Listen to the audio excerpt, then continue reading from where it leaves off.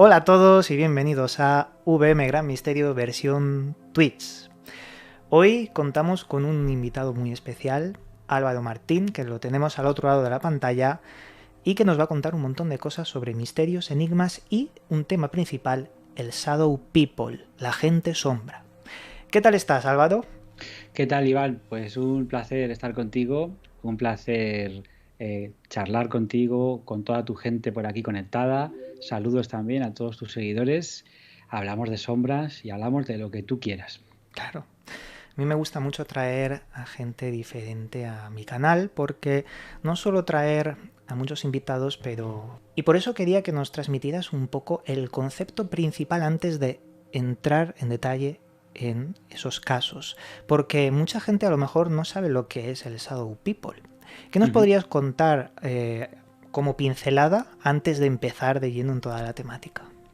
Bueno, pues la gente sombra que viene lógicamente del inglés Shadow People y que todo esto nace en los foros y en los libros ingleses, americanos, estadounidenses, pues son unas figuras completamente negras que la gente ve especialmente, no siempre, pero especialmente en su casa y con mucha frecuencia en su habitación, que destacan, su color oscuro destaca entre la oscuridad de la noche o entre la oscuridad de la habitación cuando estamos a punto de irnos a dormir y se caracterizan en general por ser unas apariciones que causan en el testigo un gran impacto, mmm, terror, de ahí para arriba.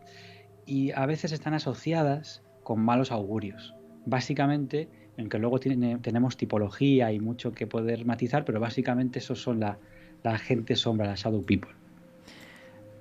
Para el que no lo sepa, Álvaro ha escrito un libro eh, que ahora nos va a comentar un poco sobre el libro. Y claro, si a alguien le interesa toda la charla que vamos a ir teniendo ahora, que sepa que está el libro. Álvaro, a la hora de crear el libro, ¿tú crees que lo más importante antes de poner la temática es especificar los casos? Es decir, ¿cuál es la mezcla entre casos y temática? La mezcla perfecta, me refiero. Uh -huh. Sí, sí, te entiendo. Pues este libro, que lo voy a enseñar aquí, este libro que es Más oscuro que la noche, pues me llevó escribirlo aproximadamente 5 o 6 años en ratos libres, no de continuo. De continuo, cuando me puse a escribirlo, pues fue cuestión de pocos meses. Porque estuve recabando casos y más casos y más casos eh, para ver un poco, cuando tienes tantos casos de gente que ha visto sombras, puedes empezar a sacar conclusiones de qué son, qué tipos hay, cómo se comportan, aunque luego te diré que hay un catálogo muy amplio. Entonces, mi libro tiene, vamos a decir, un 70%, 60-70% casos de gente que me ha llegado cercana, casos de familiares a veces incluso, o amigos, también de gente que no conocía de nada, pero que al poner en redes alguien ha visto una sombra, enseguida me salían casos y de hecho ya publicado el libro sigo recibiendo y sigo recogiendo casos.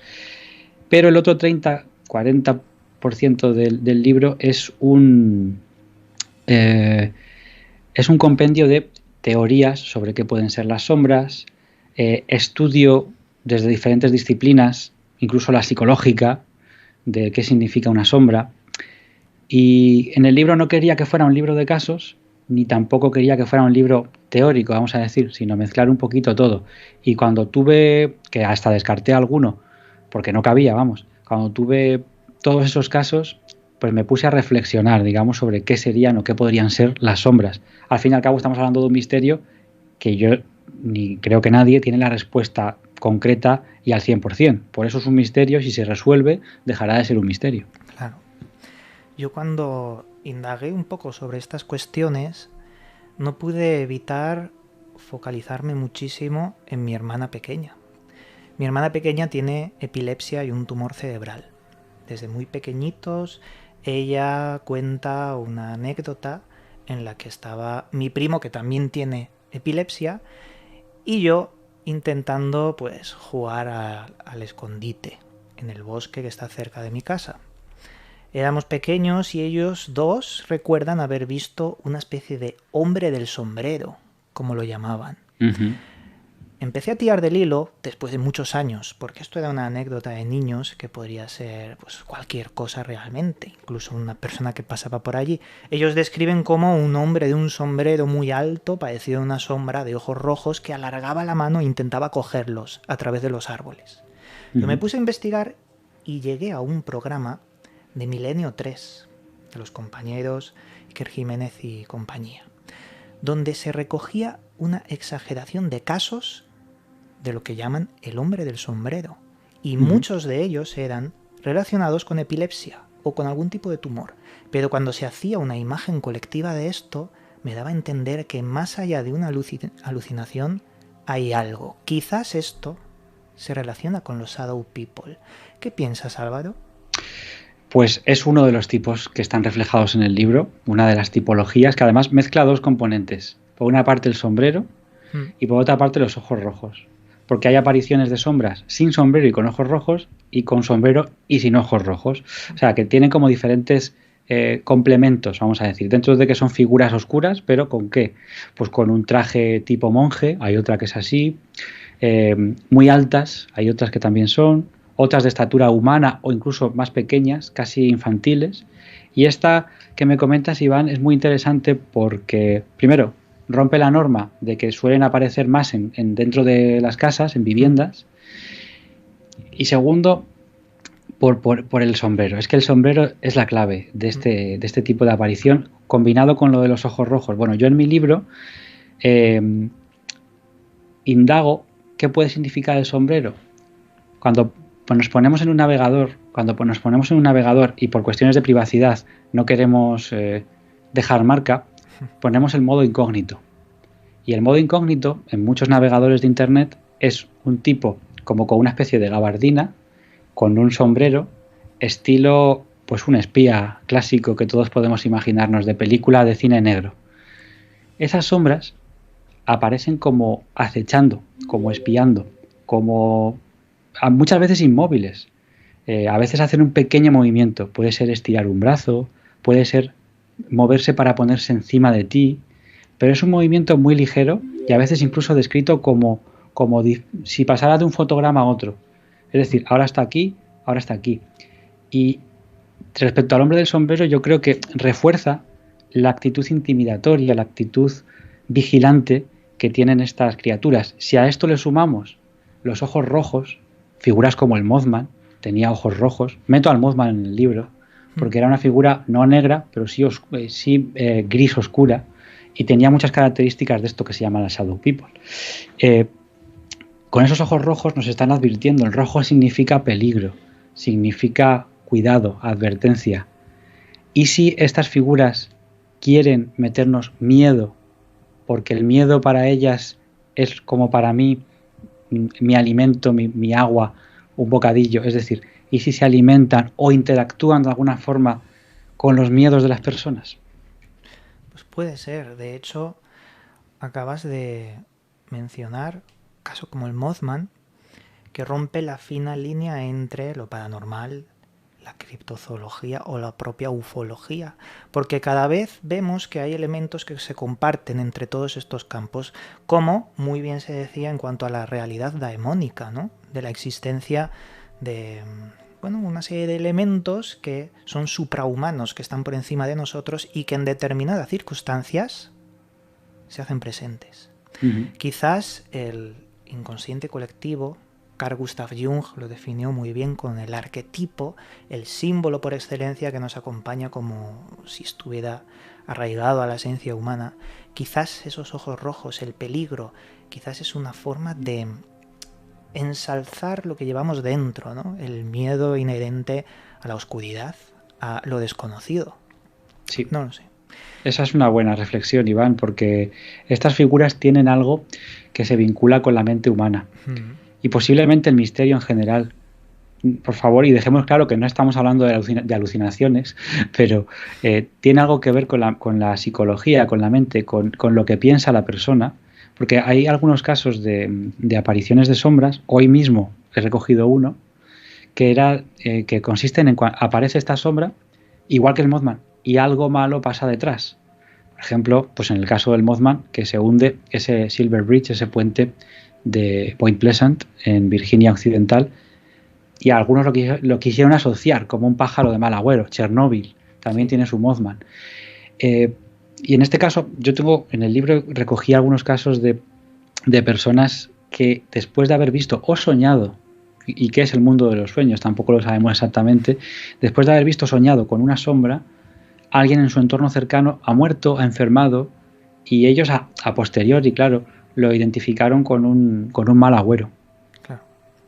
Yo pienso que si realmente el Shadow People o el hombre del sombrero son entes sobrenaturales, creo que deberíamos preguntarnos por qué deben llevar esa indumentaria. ¿Por qué sombrero? ¿Por qué gabardina? ¿Por qué en algunos casos parecen de otros siglos pasados? Porque nosotros le estamos dando esa indumentaria con nuestra mente. Quizás si hay algo paranormal o sobrenatural en estos seres, quizás se revisten de algo que emana de nuestra propia mente. Un egregor lo llamaban, ¿no? O una tulpa. Porque no sé si estará relacionado. ¿Tú sabes si las tulpas podrían también tener algo que ver con el Shadow People? Porque el Slender Man hizo mucho ruido en su momento cuando se creó en un foro de internet, porque cuando se hizo popular y viral por una serie de videojuegos, todo el mundo creía ver el Slender Man en todos los sitios. Pues de nuevo, otro de los capítulos del libro, de Más oscuro que la noche, es un capítulo dedicado directamente a la figura del tulpa, a la figura de eso que en el Tíbet se servía como equivalente, en algunos contextos, equivalente a fantasma. El concepto tulpa era un equivalente a fantasma. Somos culturas distintas y tenemos formas distintas de verlo. Y yo en el libro hablo de las formas pensamiento, que sería también otra forma de llamarlo. Por supuesto que hablo de Jung y de los arquetipos. Y yo creo que sí, que algunas, no sé si todas, pero algunas de estas sombras pueden tener que ver con un tulpa, lo que yo llamaría, o una forma de pensamiento involuntaria. Es decir, tenemos casos, no muchos, y que sean fiables al 100% menos. Claro. Pero, por ejemplo, cuando todo el mundo nombramos a la misma persona, pero es que es así.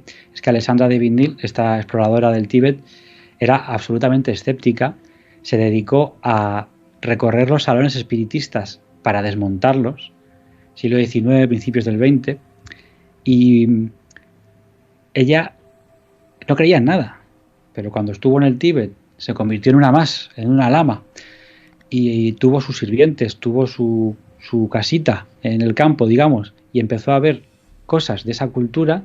Ella en su libro Magos y místicos del Tíbet habla de unos sucesos increíbles, de personas que tienen supervelocidad como Flash, personas que tienen el don de la ubicuidad, que pueden estar en dos sitios a la vez, la bilocación, o personas que eran capaces de crear un tulpa. Pero para crear un tulpa, según los diarios de esta exploradora francesa, había que concentrarse, meditar, pensar cómo va a ser físicamente. Algunos recomiendan incluso hacer un dibujo de cómo quieres que sea este personaje, centrarte en él. Y al principio lo que tú vas a ver es una especie de vaga ilusión que va tomando fuerza hasta que no solamente lo ves tú, sino que lo puede ver gente que está a tu alrededor y hasta puede interactuar con las personas hasta el punto de sentir que te ha tocado o que te ha rozado. En el caso de Alexandra de Vigny crea un monje muy majete, regordete, con cara de afable, un bonachón, pero se le escapa de las manos, cuentan sus diarios, se hace autónomo y se vuelve más delgado, con los rasgos afilados y cara de mala leche, vamos a decir. Hasta que tienen que disolverlo y están entre ella y varios monjes disolviendo este tulpa. ¿Por qué tiene tanto valor este testimonio? Por lo que he contado antes, que es que esta mujer no tragaba bolas y era muy, muy, muy escéptica. Tiene doble valor. Y hay muchos casos, el experimento Philip de crear un fantasma, eso sería otro caso de tulpa, sí. Y alguno más que en el libro menciono. Entonces, las sombras pueden ser tulpas, serían involuntarios, porque la persona no se ha concentrado en formar un tulpa. Pero si son formas pensamiento, estaríamos hablando de creaciones que tienen que ver con un estado anímico de una persona, que por ahí voy yo en el libro también, personas que han estado en un estado, vamos a decir, negativo, de tristeza, de añoranza, un poco incluso de depresión, o bueno, simplemente de bajón, podemos decir, han tenido experiencias con sombras después. Así que, ¿y si se puede? Yo en el libro hablo de sublimar una sombra. ¿Y si podemos disgregar esa parte psicológica hasta tal punto que se hace visible? Podría ser. Claro. Yo en el 2017 saqué mi primer libro, que fue Los seres tulpa, donde hablaba un poco de estas teorías, también del experimento Philip, que es tremendamente interesante para poder, pues incluso explicar alguna parte de los fenómenos paranormales. Pero recuerdo muy bien la parte en la que el budismo tibetano, la doctrina vajrayana, nos hablaba de cómo los monjes ingerían veneno que producía mucho dolor en el estómago. Lo hacían a propósito para concentrarse en la meditación y hacer que esas meditaciones fueran mucho más fuertes, para poder pasar niveles de esfuerzo y generar con una danza, la danza del chot, como llamaban, ese tipo de tulpas. Pero más allá de esto, y antes de continuar con esta fascinante temática, me gustaría hacer un parón. Álvaro, para luego retomar esta temática porque me parece impresionante. Eres guía turístico también en Madrid, ¿verdad? En cuanto a temas de misterio y enigma. Sí. Donde yo vivo, aquí en Madrid, pues me dedico los fines de semana a hacer paseos, esos tours que hay en muchas ciudades, ¿no? Tours de fantasmas, tours de leyendas, y me dedico a llevar a los intrépidos aventureros a conocer lugares dentro de Madrid, no a un sanatorio abandonado, que también mola, pero lugares públicos que incluso tienen personas trabajando en su interior y que, por ejemplo, son lugares muy serios, son ministerios y demás, pero que en su interior tienen historias de fantasmas que, lejos de ser leyendas del siglo XVI, son realidades que viven los trabajadores, los vigilantes de seguridad.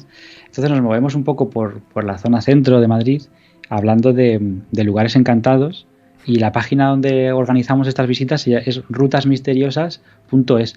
Ahí, si alguien se quiere venir, si nos ve alguien desde Madrid ahora, pues le esperamos, porque para mí es otra de mis facetas que es indisoluble, gracias a la cual pues acabé escribiendo un libro sobre Madrid que se llama Enigmas y Misterios de Madrid. No sé, me he movido por la capital dando conferencias. Tengo un programa de radio también aquí en la radio de Madrid, en Onda Madrid. Y bueno, o sea, a mí no se me puede separar de alguna forma de todos los misterios que tienen que ver con mi ciudad, con Madrid. Claro. Lo mismo me pasa con quizás mi tierra, que es Valencia, pero Madrid, bueno, podríamos estar durante toda la vida buscando misterios y intentando acercarlos a la gente, porque es así como ahora la gente quiere pues salir un poco más después de haber tenido esta crisis sanitaria durante estos años. Ahora la gente tiene más ganas y eso es lo que cuenta.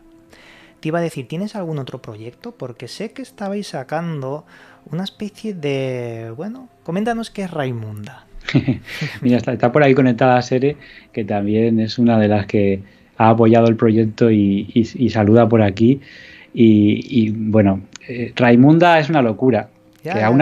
Se nos ocurrió a un amigo en común, a Pablo Vergel. Se le ocurrió que ¿por qué no hacer una cerveza de misterio? Y de algún tema así como que la gente vaya a hacer clic enseguida asociando un poco la cerveza con la iconografía, un caso muy conocido, pero que también tenga su parte local. Entonces me preguntó Pablo, si hicieras una cerveza en Madrid, ¿cómo se llamaría? Es que no lo dudé ni un segundo, Iván. Digo, Raimunda. Claro. Nombre contundente. Y además, nombre femenino que también apetece. Me dijo, venga, lo ponemos en marcha. y hemos puesto en marcha un proyecto que es 3 variedades de cerveza. Lo siento por los que nos escuchan fuera de la península, porque pueden acceder al libro, que ahora contaré de qué va el tema, pero a la cerveza solo gente de la península ibérica, porque es muy difícil el tema de los envíos, cuando son además líquidos, encima son alcoholes. Bueno, pero cerveceros seguro que tenemos aquí muchos y la cerveza une. Pues sí, son 3 variedades que la etiqueta la diseña nada más y nada menos que Tomás Hijo, que es un artista maravilloso que ha trabajado, para que la gente se haga una idea, ha trabajado con Netflix para diseñar un dibujo sobre Stranger Things, un dibujo oficial, un grabado oficial sobre Stranger Things. Ha trabajado con Guillermo del Toro, casi nada, en El Callejón de las Almas Perdidas, en esa que es su última película de Guillermo, pues Tomás Hijo diseña una baraja de tarot como muy a la antigua, con unos grabados súper bonitos, pero es que no es la única. Ha hecho una baraja él propia que se está comercializando, que es el tarot inspirado en toda la cinematografía de Guillermo del Toro. Bueno, que es un grande y ha tenido a bien unirse a este proyecto de locos haciendo un grabado de una niña fantasma que da muchísimo miedo, con una muñequita rota, así como cadavérica, que es el eje de la leyenda del Palacio de Linares en Madrid, y es la famosa, entre interrogaciones, Raimunda. Es una niña fantasma que cuenta la leyenda que aparece en el interior de este lugar, que está, todo el mundo va a entender dónde está, porque la plaza donde está es internacional por un tema futbolístico, en Cibeles. Vale, pues me parece impresionante que rompamos las barreras de lo que es misterio y no solo se quede en películas, libros, series, que vayamos más allá. Y qué mejor momento para contar historias sobre misterios y enigmas que con una buena Raimunda. Me ha parecido asombroso. Voy a poner el enlace en el chat por si alguien quiere ayudar a este proyecto que está en Berkami. Ahí lo tenéis. Y os doy la enhorabuena por el proyecto, la verdad. Es la cerveza acompañada con un libro explicativo de los misterios que tiene este lugar, el Palacio de Linares. Y, en fin, el libro lo voy a escribir yo y vamos a investigar a fondo uno de los misterios más grandes y más internacionales, puesto que hay unas famosas psicofonías que han dado la vuelta al mundo, donde se escucha, pues eso, a la marquesa de Linares, que también se llamaba Raimunda, y a esa niña perdida, esa niña fantasma. Bueno, entre paréntesis diré que ya se sabe que esta psicofonía era un fraude, pero vamos a explicar muchos enigmas reales que tiene el Palacio de Linares. Así que Raimunda y el libro del Palacio Maldito pues os pueden llegar a casa justo después del veranito, y si llegamos, nos quedan en este momento unos poquitos días, si llegamos a 6.000 antes de que se acabe la cuenta atrás, a 6.000 euros de presupuesto, pues vamos a incluir algo más en todas las recompensas, que es un abridor para las botellas, un abridor para las chapas, que va a tener serigrafiado el nombre de Raimunda y la cara de esa terrible niña fantasma que nos ha diseñado Tomás Hijo. Muy bien. Pues esperemos que en los últimos días que queda de Berkami lleguéis a lo establecido y se cumpla este proyecto. Qué bueno. Muchas gracias por el apoyo, Iván. De nada, hombre. Te iba a preguntar, ¿tenéis más proyectos para el futuro? ¿Tenéis ahí pensado algo que, bueno, en un futuro cercano pueda materializarse? Pues mira, yo estoy con Pablo Vergel, que sabéis que muchos lo conocerán, porque es el director de Reediciones Anómalas y ha hecho una cosa muy buena por el mundo del misterio. Traernos a todos libros descatalogados que eran imposibles de conseguir si no te gastabas 400 euros o más, o incluso algunos es que ni siquiera existían antes de que él pasara por allí, no existían en castellano. O había una traducción que salió en Latinoamérica y una edición muy pequeña, que ahí sí que tengo que decir, Argentina, México, han tenido grandes ediciones de libros de ufología que no han llegado bien a España, porque han entrado por allí, por Latinoamérica, y ha llegado una edición muy cortita, casi inencontrable. Entonces, él ha llevado al pueblo todos los libros de ufología, sobre todo, que tienen que ver con ediciones descatalogadas, con autores como John Keel, Jacques Vallée, Whitley Strieber, Communion. Bueno, y a partir de ahí yo colaboro con él en otro sello más pequeñito que tiene, que se llama Balazote, y en Balazote hay proyectos para después del verano editar algún libro. Balazote se caracteriza por ser más misterio pegado a la antropología, y es una investigación, digamos, sin sesgo, o intentamos que sea lo más neutra posible de un enigma que puede tener que ver con el folclore, con las tradiciones, con nuestros antepasados, y por ahí van a ir los tiros de algo que se va a publicar después del veranito, seguramente, porque luego los autores, como bien sabes tú, llevan sus ritmos, cuesta mucho. Nosotros no le ponemos una fecha concreta de entrega este día tal, somos más buen rolleros en ese sentido.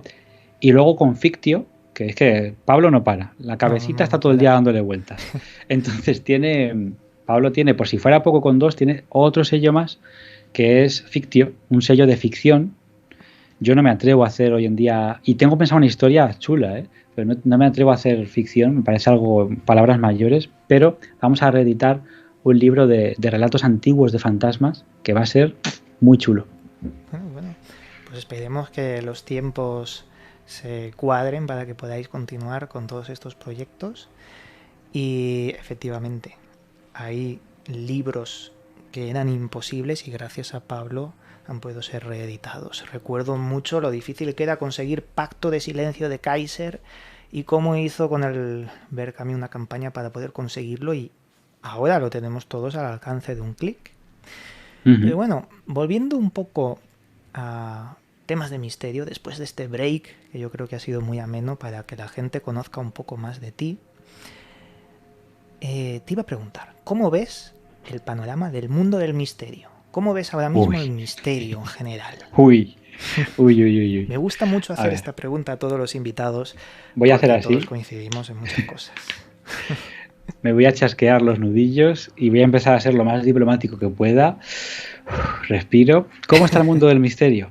Bueno, pues como bien sabes, hay gente que vale la pena y hace cosas geniales. Aquí tenemos un ejemplo, VM Gran Misterio. En YouTube hay de todo. Parece que para destacar tienes que ser sensacionalista o inventarte las cosas, y aquí tenemos un ejemplo de que no. Hay más facilidad para que todo el mundo pueda acceder a hacer un podcast, hacer un canal, hacer un Twitch, hacer lo que quiera. Ya no es una cosa de unos pocos privilegiados. Lo que pasa es que hay un poco de saturación, quizás. Eso para empezar. Hay un poco de saturación. Es posible que... Lo que pasa es que, claro, luego los que valen se quedan y los que no se caen por el camino, porque es muy duro. Lo que no ve la gente es lo que hay detrás de cada vídeo, la edición que hay detrás, el tiempo que hay que dedicarle.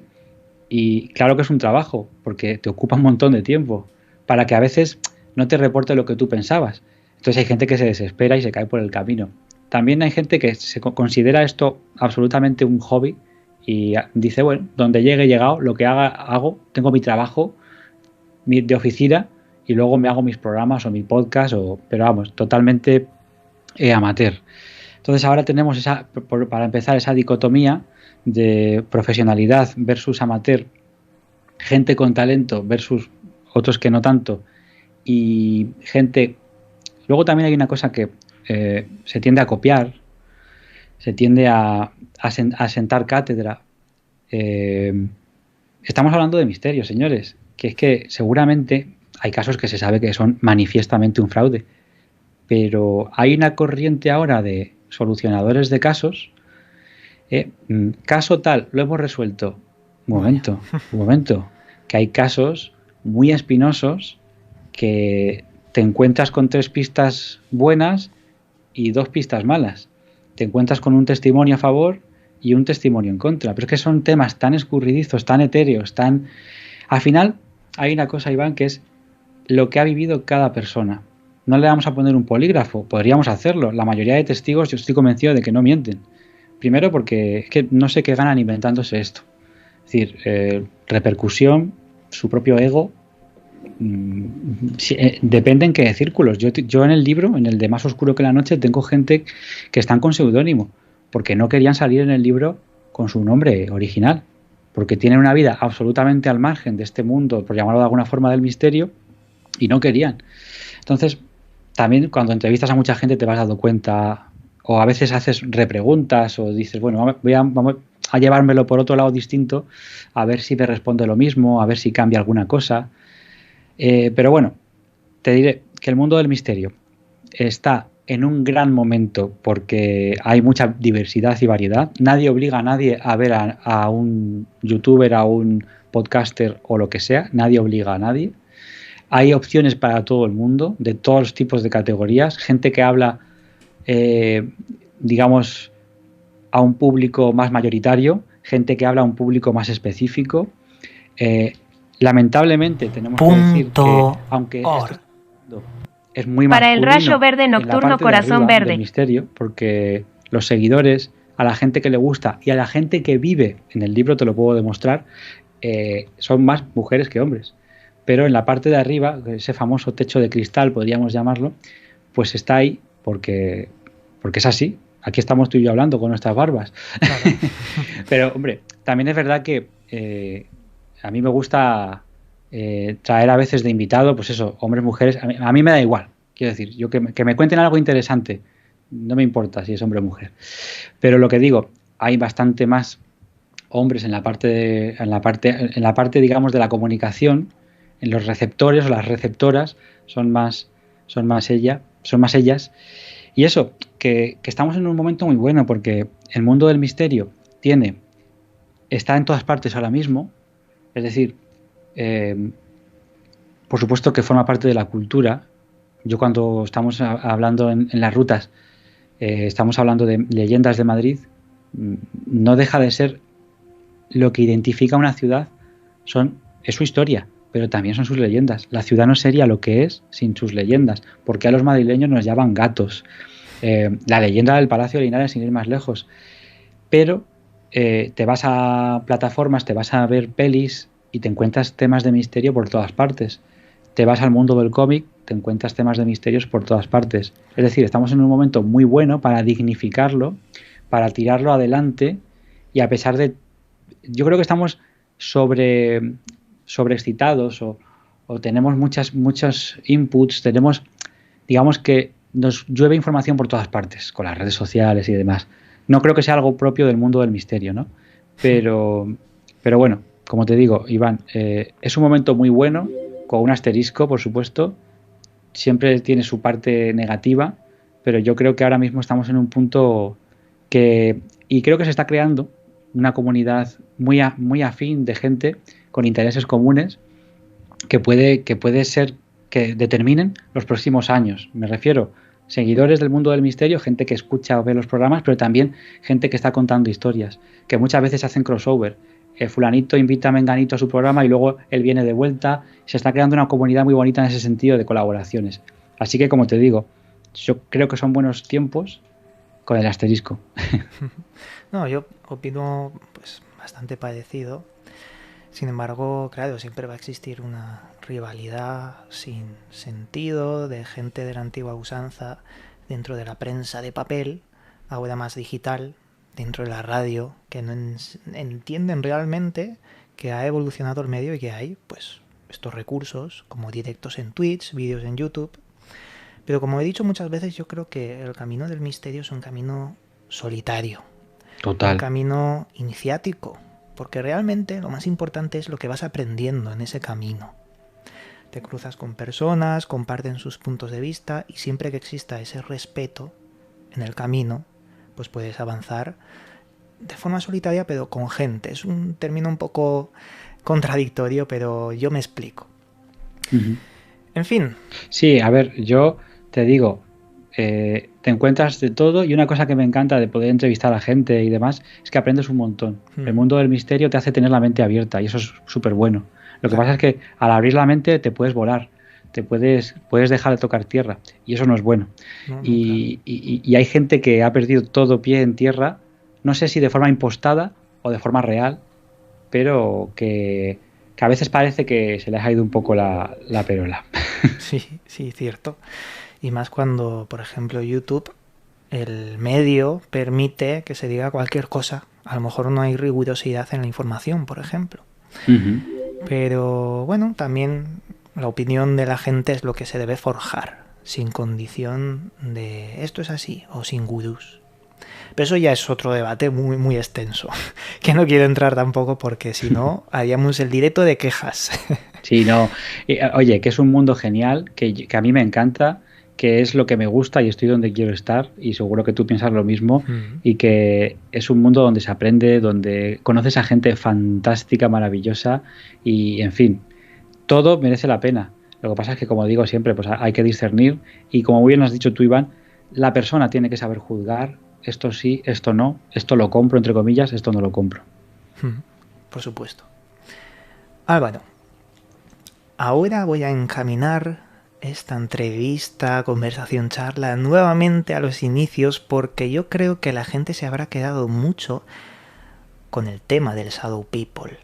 Ya que has escrito un libro, has investigado mucho al respecto, hemos mencionado algunos casos en cuanto a la forma de estos seres, pero yo quiero preguntarte directamente, tu teoría personal, ¿qué son los Shadow People? ¿Seres sobrenaturales, creaciones de nuestra mente o algo más? Claro, aquí yo en el libro, el último capítulo es muy raro, el último es muy raro porque mezclo esto con el mundo de la ufología, por si ya no era rizar el rizo. Es decir, hay sombras que han bajado de naves, entre comillas, sea lo que sea esas naves. Pero yo te lo he esbozado antes y te lo vuelvo a, digamos, a puntualizar cómo sería mi forma de pensar en este aspecto. Todavía no me encajan todas las piezas, lo reconozco, pero creo que, primero, algo muy importante, las sombras tienen algo que ver con la mente de la persona. Posiblemente, dos opciones. Si son entidades autónomas de otros planos, por decir algo, tienen algo con nuestra mente y sobre todo con nuestros sentimientos, la tristeza y el miedo, importantes y vinculados y la muerte, vinculados a las sombras.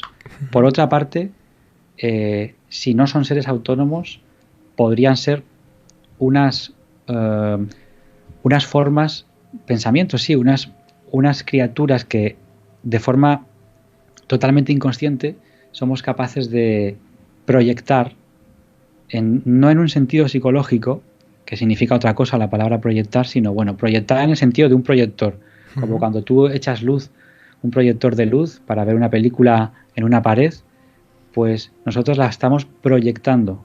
¿De qué manera? ¿Cómo funciona esto? Para saber cómo funciona esto tendríamos que estudiar los fenómenos psi kappa y psi gamma. Los fenómenos de efectos físicos, como la telequinesis y demás, tendrían algo que ver con estas figuras porque estamos creando algo, si no físico, al menos lo podemos percibir con uno de nuestros sentidos, con el oído. A veces también, con el oído y con la vista. Es que con el oído hay casos de sombras en los que antes de verla, la persona ha escuchado una especie de zumbido, muy frecuente también en temas de experiencias fuera del cuerpo, y hay otros casos en los que la persona ha escuchado algo bastante terrorífico, su propio nombre, susurrado, o incluso sin susurrar, pero ha escuchado voces, palabras, muy frecuentemente su propio nombre, como si alguien le llamara, y al abrir los ojos, porque estaba medio dormido, al abrir los ojos y poder moverse, recalco, porque no estamos hablando de una parálisis del sueño, ha visto esa figura en su habitación. Entonces, claro, en casos donde la persona, por ejemplo, te cuento un caso concreto. En el libro, una chica, a ver qué te parece. Vale. Una chica está estos días, los días en los que le pasa eso, los días anteriores, está echando de menos a su abuela fallecida. Ella estaba muy unida con su abuela y de repente tuvo unos días así de melancolía. Esta chica se va a dormir, pero antes de irse a dormir está en su cama con el móvil. El móvil, de repente, el teléfono, se le pone pantalla azul. Algo no va bien. Se lo ha estropeado, estaba prácticamente nuevo, nunca le había pasado. Sabemos que cuando un móvil se estropea le puede pasar eso de ponerse la pantalla azul. Y de repente, al poco tiempo, se queda sin batería. Al tiempo que se forma junto a su cama, frente a su cama, esto es también muy frecuente, una especie de nube negra de la cual van saliendo los rasgos. Va saliendo una pierna, otra pierna, un brazo, otro brazo y una cabeza. ¿Ella qué piensa en un principio? Estoy pensando en mi abuela fallecida, qué bien, voy a tener una visita del más allá. Y mi abuela me va a decir aquella mítica frase de JJ Benítez, estoy bien. Vale. Pues cuando ve que empieza a materializarse esas piernas, esos brazos, una figura alta que en nada se parecía a su abuela y con una actitud un tanto amenazante, ella lo que hace es aferrarse a las sábanas, las sábanas protectoras que te protegen del asesino en serie y del fantasma, y ve cómo la sombra se acerca a ella, todo esto en penumbra, pero la sombra era más oscura, de un negro más potente que la propia oscuridad de la habitación. Se coloca entre su cama y una ventana que tiene con agujeritos, en la cual una persiana, en la cual se ve las farolas de la calle, se ve la luz que entra de la calle. Entre esas, eso es muy de película, con esa persiana bajada, con esos agujeritos, hay agujeros que no emiten luz, justo los que corresponden al cuerpo de aquella cosa que ahora ya no está a los pies de su cama, sino junto a ella, junto a su cama, y agachada como si quisiera mirarla. Ella cierra los ojos, se tapa del todo con la sábana protectora que todo lo cura, y cuando vuelve a mirar ya no estaba. Una lección muy importante que se aprende con las sombras es que cuando en estos casos, por ejemplo, se enciende la luz de la habitación, lo cual es como muy metafórico, cuando enciendes la luz, la sombra se marcha, no está. Son seres de la oscuridad y les gusta la oscuridad.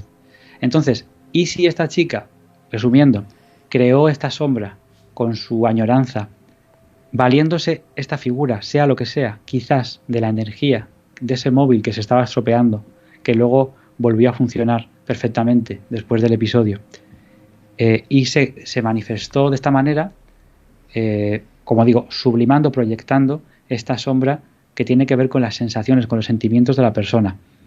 Ahora bien, esto, como no explica todos los casos que he recogido, no es la respuesta definitiva, pero a lo mejor, dando palos de ciego, nos acercamos un poco a lo que puede ser la realidad de un fenómeno que es mucho más complejo que decir esto es un arconte, esto es un larva astral, en fin, seres de otras dimensiones. Es que todo es mucho más complicado quizás y a la vez mucho más sencillo si entendiéramos cómo funciona de lo que se nos ha contado. Claro. Yo lo que veo es un patrón en muchas de estas casuísticas y es la electricidad. Los aparatos electrónicos muchas veces reaccionan. Acuérdate de las psicofonías, la psicoimagen, que es una cámara que se retroalimenta a sí misma enfocando a la televisión, donde hay una casuística de aparición en el ruido blanco de caras y de cosas muy raras. El Silerón era un aparatito que tenía el doctor Gaona, que lo colocaba en una iglesia, en un lugar de rezo, en un cementerio, y su generación de números aleatorios del 0 a 1 se volvía muchos unos o muchos ceros, rompiendo la probabilidad en lugares donde hay algo en el ambiente, un pensamiento, una emoción. Y recuerdo haber investigado casos donde había un familiar recién fallecido. Toda la familia llorando ese familiar en los días.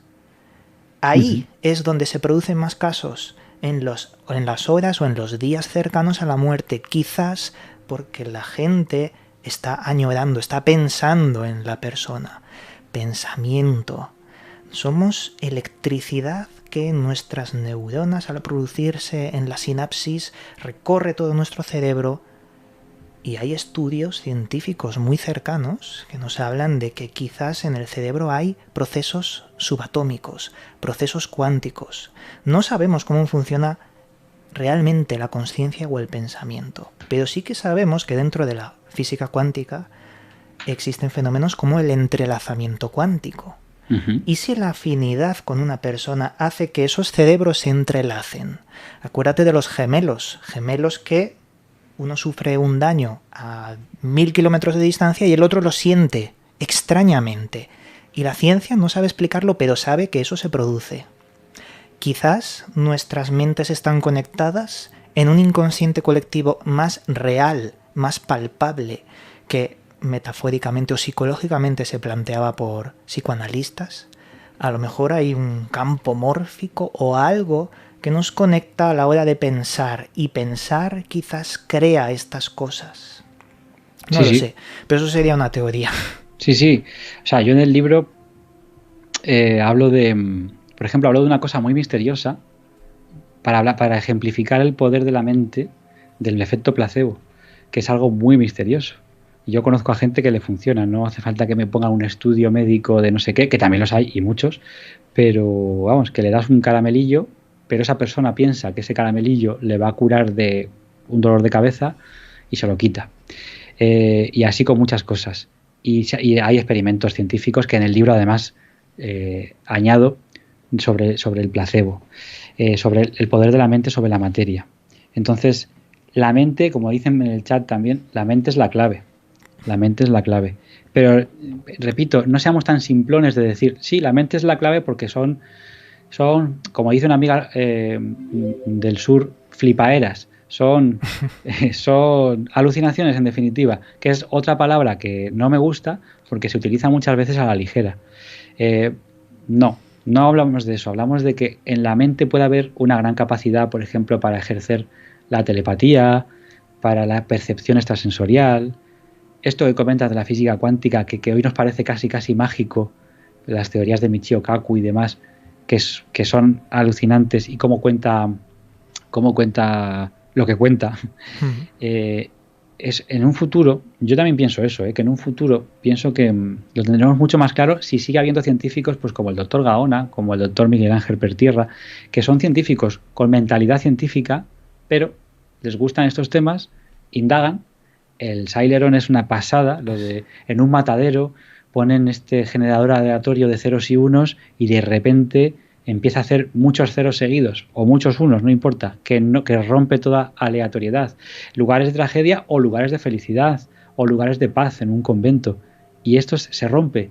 O antes, por ejemplo, otra cosa muy curiosa, antes de las campanadas de Año Nuevo hay una anomalía. En ese generador aleatorio de ceros y unos hay una anomalía. ¿Cómo se produce eso? Pues tiene que ser con alguna especie de mente colectiva, sí. Con una especie de lo que llamaban también, en el libro hablo del proyecto Consciencia Global. Sí, eso te iba a decir, claro. Eso es muy importante. Por eso que puede ser que haya, y por eso existen los egregor, existen las formas pensamiento, pero esto no explica una aparición fantasmal, o no explicaría todas las apariciones y ya está. Es que no hay que quedarse ahí. Pero la mente propia y la colectiva, estoy seguro de que tienen por ejemplo, en el fenómeno ovni tienen una importancia grandísima. Y repito, y lo voy a decir 1000 veces, que no son alucinaciones, pero hay algo en la mente que interactúa con el fenómeno. Lo mismo pienso. Quizás en algún momento de la humanidad descubrimos el porqué de estas cosas, o se convierte en un misterio eterno, o a lo mejor nunca llegamos ni siquiera a acercarnos. Pero bueno, son estas preguntas las que nos hacemos, que quizás es una forma de filosofía, ¿no? Porque el misterio, cuando lo analizas de esta forma, crea conexiones en cuanto a reflexiones que nos pueden llevar a este tipo de caminos de investigación. No solo quedarnos con el típico fantasma, ¿no? O alucinación, como tú muy bien decías. Hay algo más, y eso sí. Lo tenemos que no descubrir porque es casi imposible, pero sí poner esos pasitos, ir avanzando entre todos como un legado. Pero yo creo que nuestra obligación como divulgadores de misterio, y a veces nos ponemos el sombrerito de investigadores también en según qué temas, nuestra labor como divulgadores y amantes al fin y al cabo del misterio es hacer este tipo de cosas que estamos tú y yo con un café por delante, pensar, equivocarnos, lanzar teorías, filosofar, muy entre comillas, pero filosofar, se queda muy grande esa palabra, pero filosofar sobre todas estas cosas que pasan. No podemos contar un caso detrás de otro, pasar página y ya está, sino que esto nos tiene que dar que pensar qué hay detrás. Y posiblemente no sé qué asusta más, si que sepamos algún día la respuesta o que el misterio se mantenga como eso, como una cosa no para todo el mundo y que no todo el mundo puede conocer de cerca y profundamente. Vaya, imagínate que se descubre que las tulpas son reales y se descubre científicamente cómo se pueden crear y la gente empieza a crear estas cosas. Ojo. Y espérate, subo la apuesta. Esto va a pasar con lo que más miedo da, que es lo que más miedo da no son los fantasmas, ni los ovnis, ni los humanoides. Lo que más miedo da es el futuro. donde llevaremos todos, que esto no es ninguna conspiranoia, llevaremos todos unas gafitas de realidad aumentada de aquí a 10 años y con esas gafitas de realidad aumentada nos harán ver, incluso aquí ya meto el mundo de los hackers, lo que queramos dentro de esas gafas de realidad aumentada, por no hablar de algo que me alegra mucho que ha decaído y está muy flojo, el metaverso, pero que lo viviremos, si no nosotros, nuestros hijos o nuestros parientes más jóvenes lo vivirán. Esto pasará y va a haber un momento. ¿Te acuerdas esta noticia, Iván, de que Alexa va a hablar con la voz de los fallecidos? Y por tanto se va a hacer una especie de, con esto más la inteligencia artificial, se va a hacer una especie de espiritismo digital, por llamarlo de alguna forma, en lo que tú vas a poder hablar con tu abuela como si casi indistinguible de cómo sería ella en realidad, el tono de voz, la forma de hablar, los temas de conversación. Esto pasará y ya diremos, ¿ahora qué hacemos con las tulpas? Eso es un tema enorme, pero gigantesco. Como bien has mencionado, había una patente no solo de Alexa, también de Facebook para leer todos los comentarios, la forma de hablar de personas que han fallecido en su plataforma, para generar una especie de IA con la que interactuar, y parece que funcionaría como si estuvieras hablando con el fallecido, pero plenamente, como si estuviera vivo realmente. Pero el metaverso y todo esto ahora está en stand-by, porque parece que ha llegado demasiado pronto. Sí. Pero es que es el futuro que se va a establecer en algún momento. Hace unos días salieron ya lentillas con micropantalla y microbaterías que ya son plenamente funcionales. No como las Google Glasses estas del 2012. No. Lentillas que ya funcionan. Se están haciendo prototipos porque sí que hay una barrera que tienen que superar, y es hacer miles y miles de ensayos para determinar que no afecta al ojo realmente el calor de las baterías y todo esto, porque puede ser un problema, pero sí que eran de carácter médico, baterías médicas o algo así. Pero ya son una realidad. Imagínate que viéramos con estas lentillas toda la humanidad conectadas a Internet, fantasmas digitales que no son realmente reales, pero que creemos que son reales. Y ese es el kit de la cuestión de todo este asunto, de todo el gran misterio. Si tú crees que algo que no existe es real porque produce un efecto, da igual que no exista. Este es el ejemplo que he puesto tantas veces que ya me da hasta vergüenza decirlo por la cantidad de veces que lo he dicho. 2 niñas en Wisconsin, hace muchos años, piensan que Slenderman es real cuando nació en un foro ficticio de Internet la historia. Pero como piensan que es real, intentan asesinar a una tercera porque piensan que así se les va a presentar Slenderman. Eso es una tulpa digital. Algo que no existe genera un efecto en la realidad. Por lo tanto, eso que no existe da igual que no exista.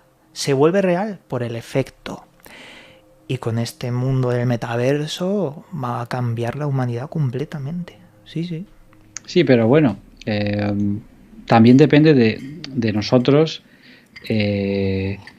Vale que nos obligarán, entre comillas. No quiero teorizar sobre un futuro que no existe y todo está por escribir, pero que también dependerá de nosotros hasta qué punto queremos entrar y hasta qué punto queremos vivir en ese mundo virtual, que parece que todo, tanto las novelas como las películas como los teóricos piensan que vamos para allá, ese mundo hiperdigital. Pues hombre, depende de nosotros, aunque sea en la medida de lo posible, ralentizar que esto sea una realidad o que ocurra. Y aún así, quiero pensar que siempre habrá personas que prefieran lo real y lo tangible y los auténticos misterios. No el pasaje del terror que te van a montar en las lentillas cuando te metas en según qué sitios pagando tu cuota. Y los Slenderman, Huggy Buggy y todos los creepypasta que te puedas imaginar persiguiéndote por un polígono industrial de noche. Vaya. Ya estoy lanzando ideas yo de futuro, a ver si algún Cuidado. creador... No, pero bueno, te quiero decir, los misterios profundos estarán ahí. Siempre. Y seguirán. Y son difíciles la ciencia no les puede meter bien mano porque son difíciles, la verdad, son muy difíciles de atrapar. Cazar un fantasma, entre comillas, no os voy a decir que es imposible, pero es harto complicado. Álvaro, llegados a este punto, creo que hemos tenido una charla bastante completa sobre Shadow People, teorías sobre la mente, sobre lo paranormal. Hemos esbozado también un poquito, diferentes proyectos que tienes. Me gustaría que para acabar respondiéramos 5 preguntas del chat, ya que estamos en Twitch y la gente nos está viendo en directo. Quizás sería buena idea que te hicieran a ti 5 preguntas y que nos respondieras. ¿Qué te parece? Estupendísimo, sí. Seguro que son complicadas e interesantes, quiero decir. Preguntas de aquellas que te hacen, que cuando terminamos el directo te dejan en plan, tengo que pensar sobre este tema. Pues sí. Mira, aquí hay una persona llamada Miguel F16 que nos dice: ¿la parálisis del sueño podría ser un Shadow People? Bueno, según los casos recogidos en el libro, sí. Es decir, podría desencadenar un Shadow People, una visión de una sombra. También hay una teoría que va al revés, que dice que la sombra, siendo una entidad interdimensional o lo que sea, provoca en el sujeto esa parálisis para que no pueda resistirse, y mientras que lo pasa mal, no pudiendo... Yo he vivido parálisis del sueño. Mientras que lo pasa mal, no pudiendo gritar, no pudiendo moverse durante un tiempo que para él pueden ser 30 segundos, pero parecen 30 horas, pues esa entidad se alimentaría de aquellos sentimientos negativos. Pero más bien podemos pensar que es al revés, que la parálisis del sueño, que es un momento en el que te despiertas y no estás del todo despierto, por resumirlo muchísimo, va acompañada de visiones. Aquí sí podríamos hablar, quizás, sin temor a equivocarnos, de alucinaciones. Además tienen un nombre, hipnopómpicas, son las que se producen cuando te estás despertando. Y entre el catálogo hay demonios, seres pequeñitos y cabezones con ojos grandes, es decir, lo que todo el mundo consideraría un gris. Y, por supuesto, no me meto en si los grises son o no son. Digo que se ven a los pies de la cama ladrones, demonios, gente conocida, familiares o lo que sea, y sombras. Así que sí, hay una vinculación importante entre una visión de una sombra y el mundo de los sueños en general, y en particular la parálisis. Otra pregunta. No Suerte nos dice: tengo 2 preguntas. Vaya. ¿Tienes algún caso donde la gente sombra se haya visto a plena luz del día?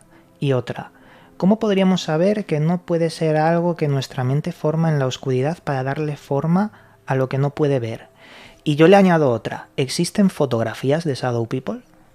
Vale, pues vamos a recapitular. La primera, que a plena luz del día. A plena luz del día, sí, pero son muy pocos casos. Pero tengo un caso, por ejemplo, en un sitio que, claro, no es baladí, en un cementerio. En un cementerio, una chica que estaba... Es el caso con el que abro el libro, porque es que es una chica que otra característica que tienen las sombras es que a algunas personas, no a todos, les acompañan desde pequeñitos hasta que crecen. Es como algo que tienen íntimamente ligado.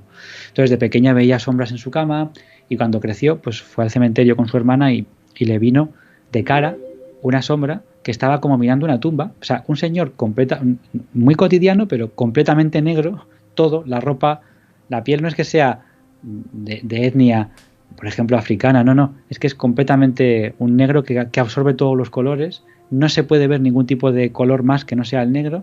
Se le acerca a ella, la pasa tan cerca que ella se cae al suelo y se marcha. Su hermana lo único que vio es como ella se caía al suelo empujada por una fuerza invisible, por así decirlo, y la ayudó a levantarse. La hermana no vio a la sombra, y la sombra dijo algo que también es muy raro que hablen, algo así como expresó su incomodidad porque estuviera ella ahí, como diciendo: ¿qué haces aquí? Por un lado. Por otro lado, se me ha ido la pregunta. La segunda era algo así como que... ¿cómo sabemos si no es nuestra mente que le da una forma de sombra a algo que está en la oscuridad, que no tiene forma en sí? Claro, nosotros tenemos una facultad en nuestro cerebro que nos hace agrupar para crear formas.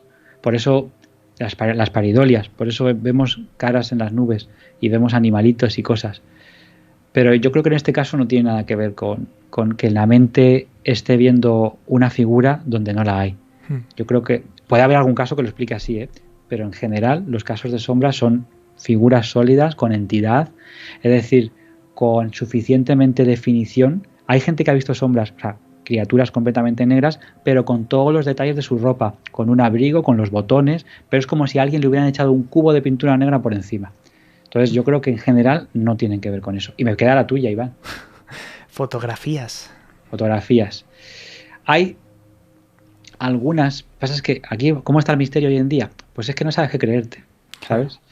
Entonces se ven muchos vídeos virales, fotos. Hay una foto que luego se desmintió, pero que era me parecía que era muy auténtica porque no era súper definida, no era una cosa de película.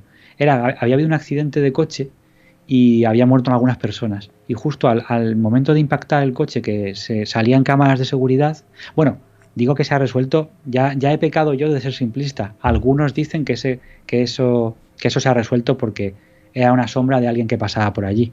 Pero el caso es que cuando ese coche impacta, hay gente que ha muerto allí, aparece alrededor, qué oportuna, una sombra sin cuerpo, es decir, sin nadie que proyecte esa sombra a priori, según vemos en la imagen, en el encuadre.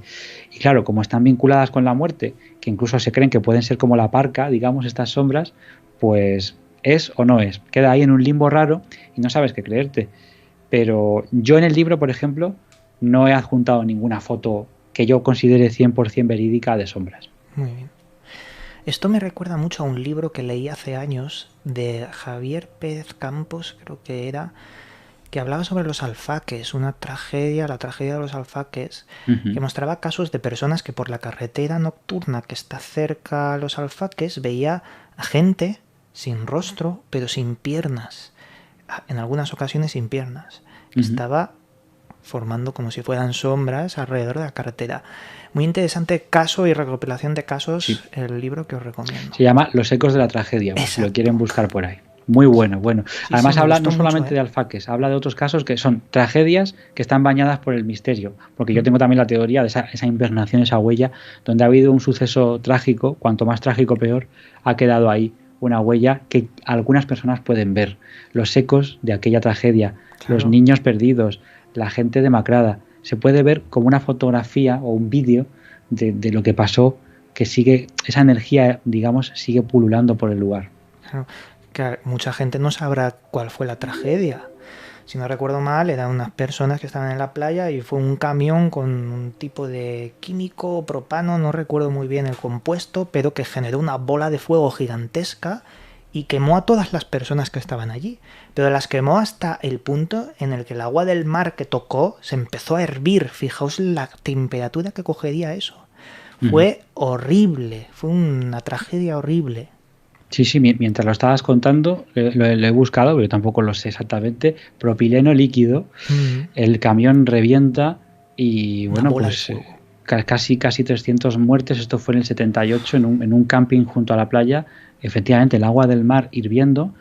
Los que sean sensibles que no busquen fotos porque las hay de los cadáveres retorcidos de aquella masacre en un camping con la gente de vacaciones. 11 de julio del 78, o sea, época vacacional. Peor hubiera sido en agosto seguramente, pero aún así fue una tragedia que, claro, ha quedado esa impregnación. Hace poco fallecía la sensitiva Paloma Navarrete. Ella estuvo y dice que la muerte se notaba en el ambiente, por así decirlo. Ella que además vio a un niño por allí pululando, por el camping de los alfaques. Pero es que decía como que huele a muerte, dice ella, que tenía sensibilidad, que en esos lugares huele a muerte. Habían huesos carbonizados prácticamente en la posición donde se quedaron, medio sentados. Pero bueno, da igual esto porque es muy macabro en cuanto a los detalles. Última pregunta. Rosa Cruz dice: hola Iván, hace la pregunta que ¿esas entidades aparecen para predecir muertes? Pues tal y como hemos investigado en el libro, respuesta rápida, sí. Es decir, yo en el libro tengo un caso de un hombre que a veces en su casa veía una sombra, pero no durmiendo, ni medio en sueños, ni viendo la tele por la noche adormilado, no, tranquilamente de repente anda la sombra. Hay una canción que creo que está basada en un poema de Rosalía de Castro que habla de la muerte y que se llama Negra Sombra. aquí está claro el significado, el luto. La sombra negra representa para nuestra cultura, en otras culturas es el blanco, el color del luto. Pero bueno, aquí es el negro, y el negro es la muerte, el negro es el invierno, el negro es el final.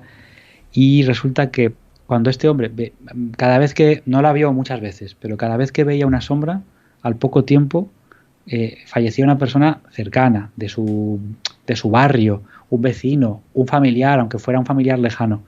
Pero él encontraba, y además es importante lo que significa para ti, pues para él significaba un presagio de muerte que le estaba avisando. ¿Cuál es mi teoría sobre esto?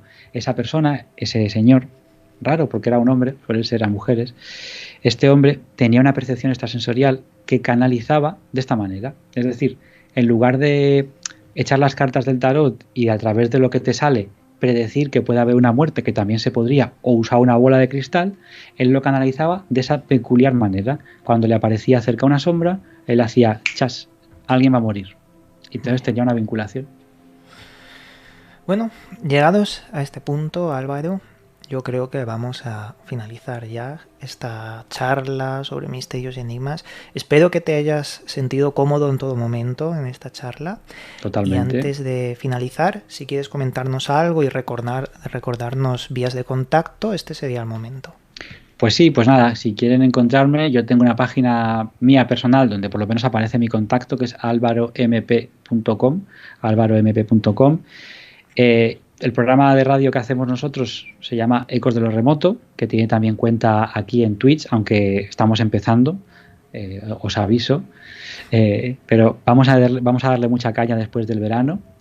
Y no sé, mi libro, ya como dije, el que hemos hablado, pues si alguien quiere, además se pueden hacer con él en Latinoamérica también, porque a través de Amazon les llega, es este de Más Oscuro que la Noche. Y en Madrid, este otro que tengo por aquí, de Enigmas y Misterios de Madrid. Y nada, si se quieren apuntar a esas rutas, en rutasmisteriosas.es está toda la información. Decirte, Iván, que ha sido un auténtico placer, que quedo a tu disposición para lo que quieras y que nos queda pendiente hacer una de vuelta, que te vengas tú para acá, claro, que te vengas tú con nosotros. Cuando queráis, y ha sido también un placer para mí poder debatir sobre estos temas con gente interesante, gente que sabe realmente, o al menos que ha dedicado un tiempo y un esfuerzo enorme a la elaboración de estas teorías y temáticas, y para mí todo un placer. Así que, Álvaro, también te emplazo a que vengas otro día y nos cuentes otra temática, otras investigaciones, porque esta es tu casa. Gran Misterio es tu casa también. Muchísimas gracias, de verdad, saludo a todos. Gracias por todos los comentarios y preguntas que son inteligentísimas al nivel de Iván, y decirte eso, que un placer y que cuando quieras aquí estoy. Muy bien, pues amigos, en este momento acabamos aquí el programa y nos veremos próximamente. Adiós a todos, amigos. Llegamos al final del programa. Puedes seguirme en mis otros 2 canales donde también subo información sobre misterios y enigmas.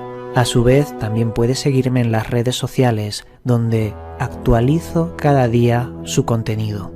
Que las estrellas guíen vuestro camino. Hasta pronto, amigos.